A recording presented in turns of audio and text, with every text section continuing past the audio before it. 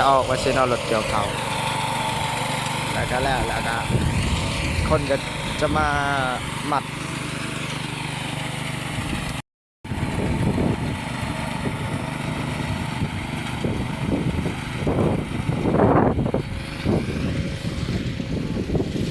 ลงไฮไม้แบบ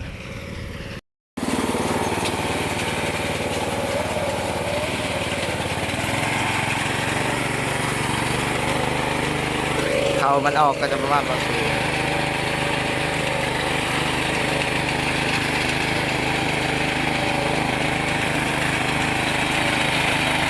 ครับสบายดีนนทันผู้ชมมื่อนี้สิพาทุกคนมาเบิ่งเครื่องตัดเข่าหรือว่ารถตัดเข่านั่นเองซึ่งว่าตอนนี้เขาก็ได้มาตัดเข่าอยู่ทงนานี่เนาะหน้าใหญ่เติบเข่าก็จะประมาณนี้เนาะเลี้ยนงามจนสุดเลยเขาเดี๋ยวเราจะถ่ายบรรยากาศในเบื้องนอกมันจะเป็นอะไรเขานี่ก็งามเลียน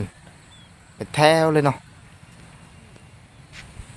เอาความสบายมาให้เนาะบนยางเกี่ยวเองมีแต่ฮุบมันหมัดเลยอันนี้จะเป็นเขาที่เราเกี่ยวเอามาเนาะทุกคนนี่มันก็จะเป็นแบบนี้เนาะเกี่ยวรถเกี่ยวเนาะมันก็จะเป็นแถวสิอันนี้จะแมนเข่าก่อยเดี๋ยวว่าเข่าปะไว้ด้นเนาะเดี๋ยวมันก็จะเป็นแถวสิตรงนากันแล้วไปเลยตรงนี้เข่าเราก่อยแล้วนะทุกคนนี่สิพาทุกคนไปเบิ่งรถเกี่ยวข้าวมันเป็นอะไรมันมาได้แน่นอกจากคนเขาก็จะเป็นประมาณนี้รถเกี่ยวก็จะเป็นเกี่ยวประมาณนี้เนาะเดี๋ยวสัญญาณตามรถเกี่ยวให้คนเบิ่งว่ารถเกี่ยวนี่มันคักกว่าได้เนาะเอาสิกับประมาณ18 ล้านนะทุกคนใส่ในชีวิตประจำวันแล้วก็มาหับจ้างคนอื่นเนาะเขาจะจ้างแต่ถ้าได้ราคาเท่านั้นน้องกัดจ้างแต่ราคาอันนี้ก็เบิ่งตามคอมเมนต์รอบเพื่อเบิ่งตามอัน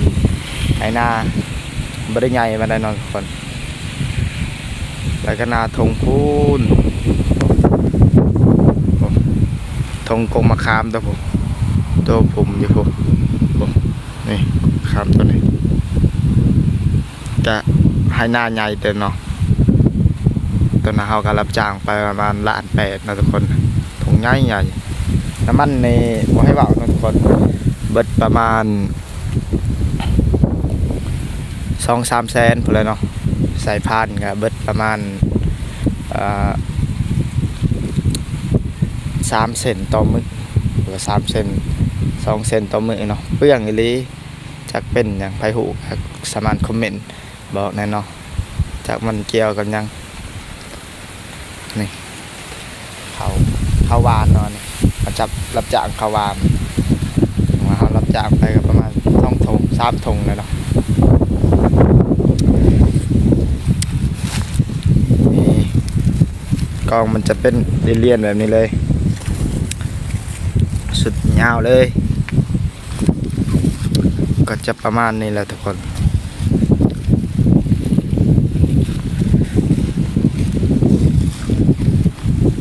เป็นเรียนข้าวหวานเนาะยาก็มีกบพอดีเดี๋ยวสิไปทาเบิ่งว่ารถมันสิมาได้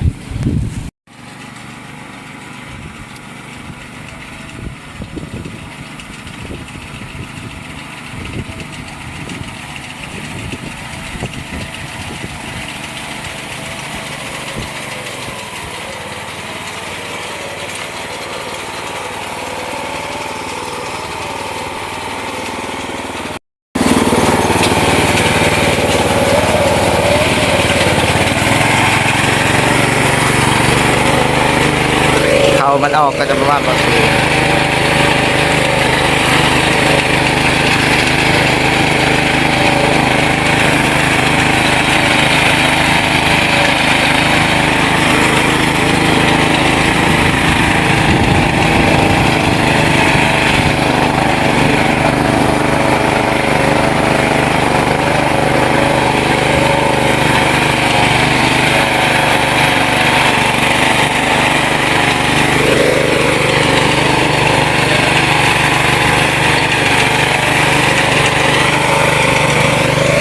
ถอันนี้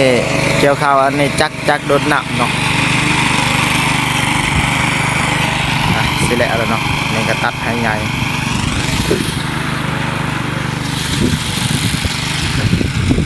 ต้องผม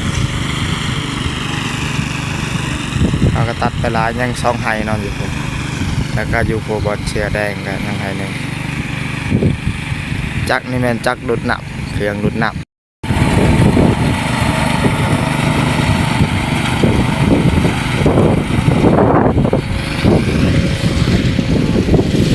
ลงไฮไม้แบบไฮหนึ่ง2ไฮ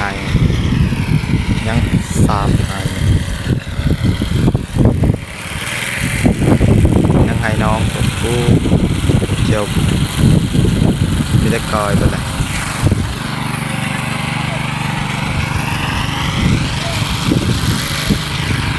เขาจะแมนเรียนประมาณนี้แหละมัดเลยตันเลยกอยไปเลย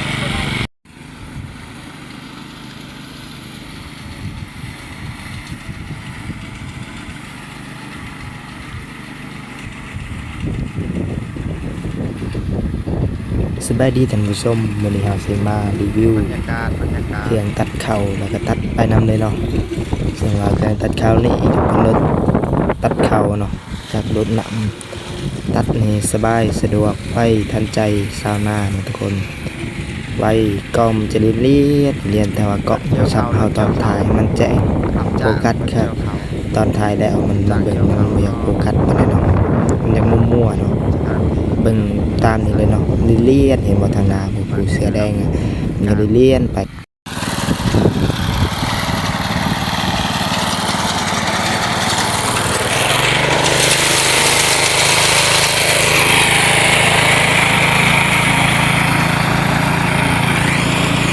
แล้วไปแล้วไฮที่2ยังอีก2ไฮเดี๋ยวเบิ่งเด้อเครื่องตัดเข่าคุณภาพดีอยู่ก็มันจะประมาณเรียนเลย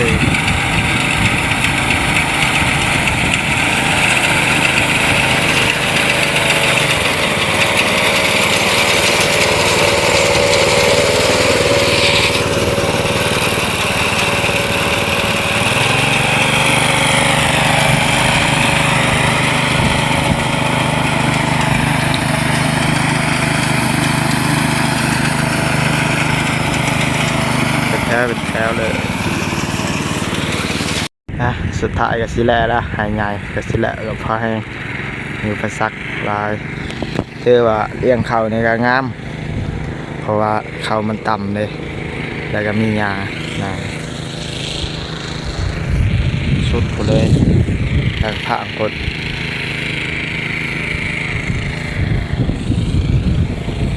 ดูเลยเขาเกี่ยวแล้วเขาก็มัดเลยปั่นเลยตัดอะไรเนี่ยพงสุดท้ายปิดแล้วดู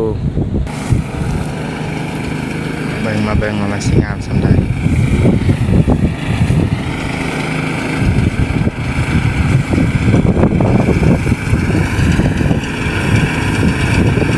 โอ้เขาออกไปดู